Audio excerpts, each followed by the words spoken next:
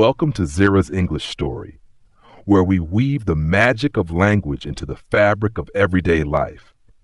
Have you ever wondered how to share your day in English without stumbling after "I wake up at 6 a.m."? So many learners pause here, unsure of what comes next. But here's the truth. You're not alone, and you're already on the path to fluency. Today, I'm going to guide you through narrating your entire day in simple, heartfelt English, even if your vocabulary feels small. Drop a comment below.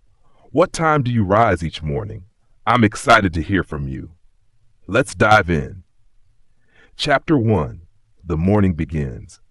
My eyes flutter open as the first rays of sunlight slip through my curtains. I murmur, "It's a new day." My body feels heavy, craving more sleep, but the world is waking up. I swing my legs over the side of the bed, sitting still for a moment.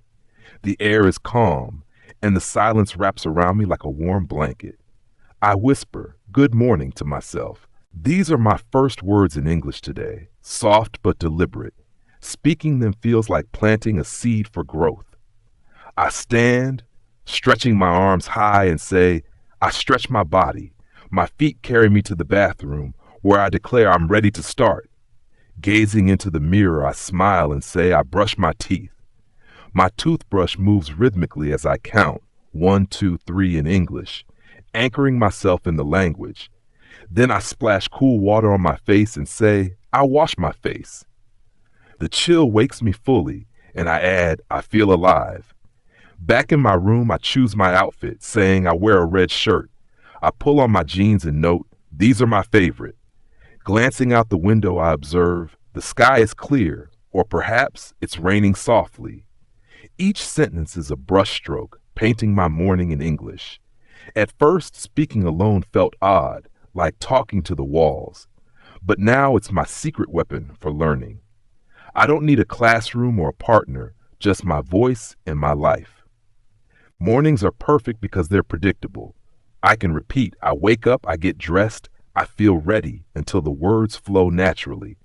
When I began, my English was fragile, just wake up, eat, sleep. But with time, my sentences grew. I wake up at 6:30.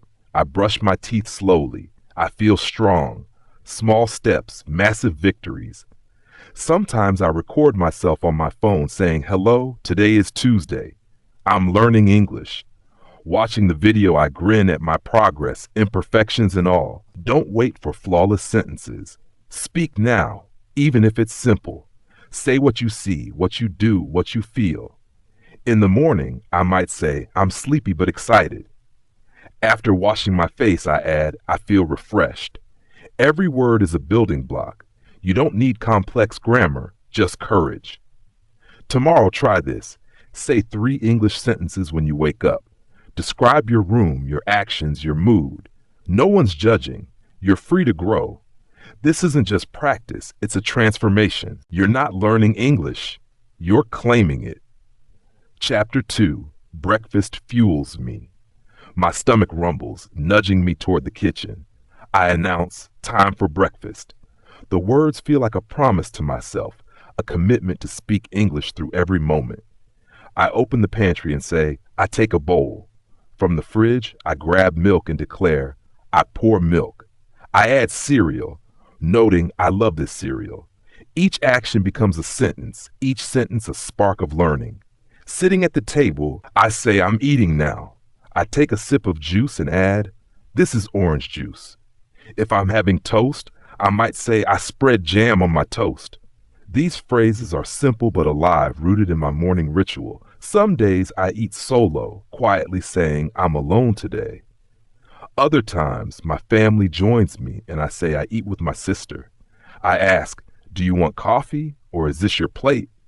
These tiny questions turn breakfast into a conversation, even if it's brief.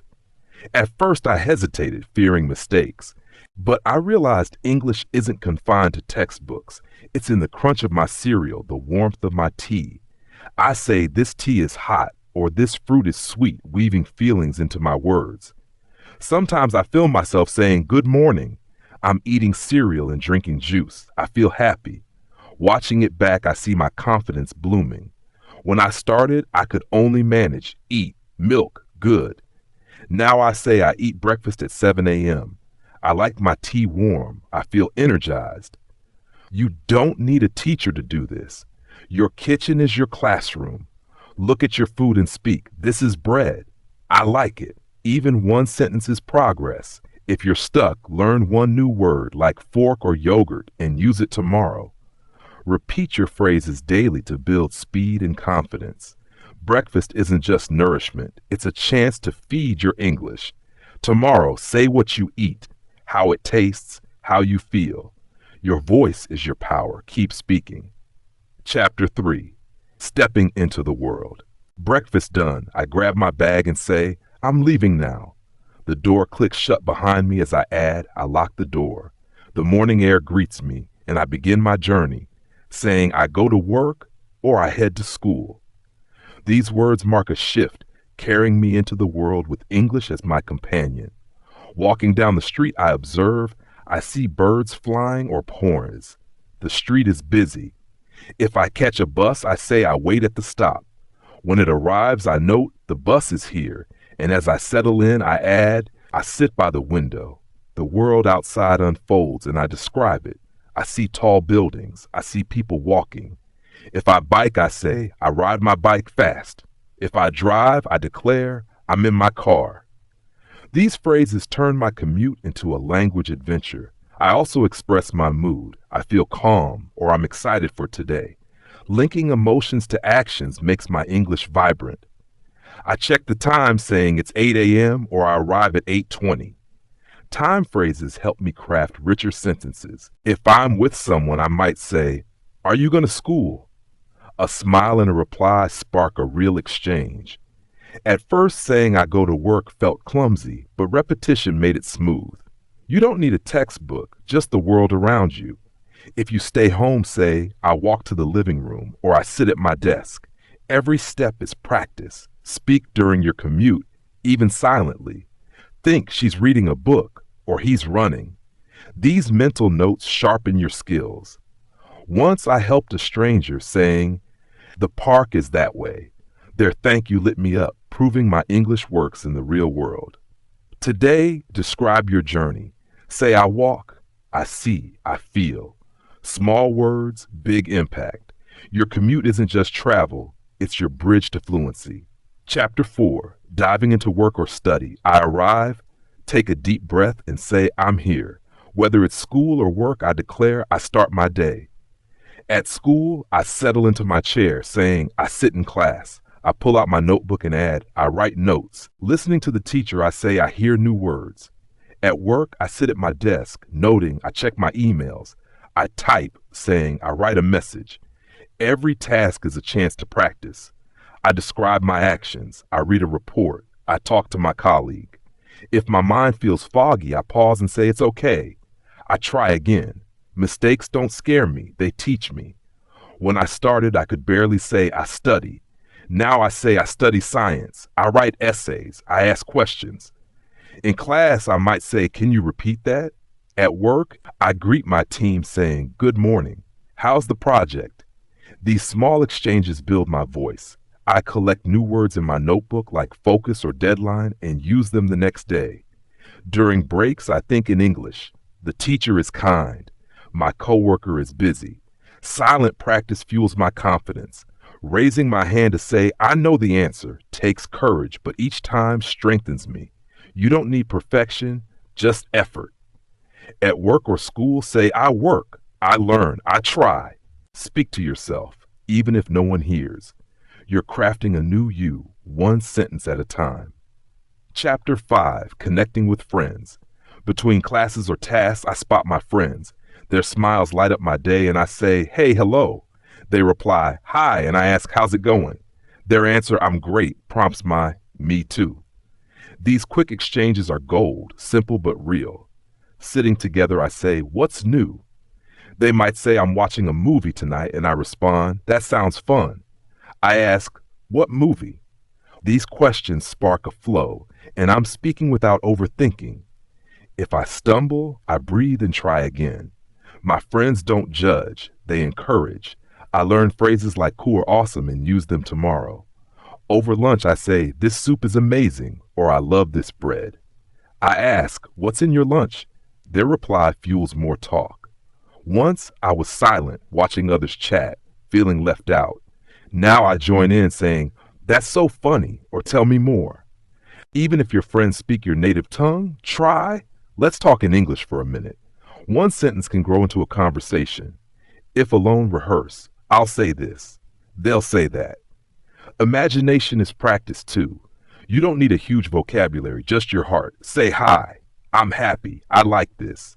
Your friends are your safe space to shine. Chapter 6. Lunchtime Joy. My stomach growls again, signaling it's lunch. I sit, unpack my meal, and say, this is my food. Opening my container, I note I have pasta. I grab a fork, saying, I use my fork. As I eat, I say, this tastes great. With friends, I add, this is spicy, or I love this flavor. They nod, saying, same or too hot for me. We laugh, and I ask, what's your lunch? Their sandwich looks good, so I say, can I try a bite? Sharing food, I say thanks, and they reply, no problem. These moments weave English into connection. I share my feelings. I'm so hungry, or I feel full now. Once I ate in silence, too shy to speak. Now I say I made this myself, proud of my words. I snap a photo, captioning my lunch today, yummy. Posting it feels bold. New words like cucumber or sauce join my vocabulary. Alone, I still practice. I eat salad. It's fresh. Lunch is your stage. Say what you eat, how it feels. Every bite is a chance to grow. Your fork isn't just for eating, it's for building fluency. Chapter 7. Returning Home. The day winds down and I say I'm heading home. At the bus stop, I note I wait patiently. On board, I say I look outside. The sky glows golden and I add, the sunset is beautiful. Walking home, I say I see kids playing or the street is quiet. Unlocking my door, I declare I'm home. Kicking off my shoes, I say I feel relaxed. Dropping my bag, I add I rest now. In my room, I say I sit on my bed reflecting. Today was long but good. With family, I say I talk to my dad or we laugh together. I ask, how was your day? Their stories spark my, that's interesting. Quietly, I review. What word did I learn? I repeat, neighbor. I see my neighbor. Writing in my journal, I note I came home at 6 p.m. I feel proud. Mistakes, I say they're my teachers. Home is my sanctuary for practice. Say I'm home. I rest. I grow. Your evening isn't just rest, it's reflection in English. Chapter 8. Evening Learning or Relaxation. Settling in, I say I relax now. I might say I watch a show, clicking the remote and noting this is a comedy. If it's in English, I say I listen closely, catching words like adventure or laugh. I jot them down saying I'll use these tomorrow. On my phone, I say I watch English videos, searching for beginner lessons. Repeating after the speaker, I say I practice speaking. Shadowing their tone feels like a game, and I note I sound clearer. Other nights, I say I study English, opening my notebook. I read, I ate lunch. I went to school aloud, then write. Today, I smiled a lot. Apps help too. I say this app teaches me as it praises my pronunciation. Sometimes I sing, saying I love this song, stumbling through lyrics but feeling free. Even tired, I say 1 minute of practice and it grows into 10. Once English was a wall, now it's a window. Say I watch, I learn, I sing. Your evenings are your canvas. Paint them with English. Chapter 9. Dinner with Loved Ones. The kitchen hums and I say, dinner time. My family gathers and I greet, evening everyone. The food steams and I say, this smells incredible. Tasting it, I add, it's delicious. We talk and I say, my day was busy, or I learned tablecloth today. My mom asks, what's that? And I explain, smiling as I teach. I ask my brother, what's new? His story prompts my, that's cool. Silent moments still count. I say I eat soup, it's warm. Planning tomorrow, I say I'll read a book. Once I was quiet at dinner, but now I say, I love this meal, joining the chatter. New words like gravy or fork stick when I repeat them. Helping clean, I say I wash dishes, feeling useful. Dinner is love, connection and practice. Say I eat, I talk, I feel happy. Your table is your classroom. Fill it with English. Chapter 10. Drifting to sleep. The night deepens and I say, time for bed. Slipping into pajamas, I note, I change clothes. Folding my shirt, I say I keep it neat. On my bed, I say I feel sleepy, glancing at the clock. It's 11 p.m. Reflecting, I whisper, I woke up early. I studied hard. I ate with family. My day becomes a story in English. Lying down, I say, I pull up my blanket and think, today I spoke bravely. I learned whisper. I plan, tomorrow I'll say more.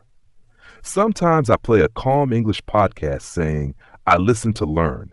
Imagining a scene, I think I walk by a river. I say hi to a friend. These dreams in English strengthen me. Once I feared the language. Now I say I'm growing before sleep. Try it tonight. Say I sleep. I learn. I believe. Your bed isn't just for rest. It's for dreaming in English. Good night. If this story touched you, hit the like button. Comment below. Which part of your day feels trickiest to describe in English? Subscribe to Zira's English Story for weekly doses of simple, soulful English practice. You're not alone. We're growing together. Your voice isn't just good, it's becoming unstoppable.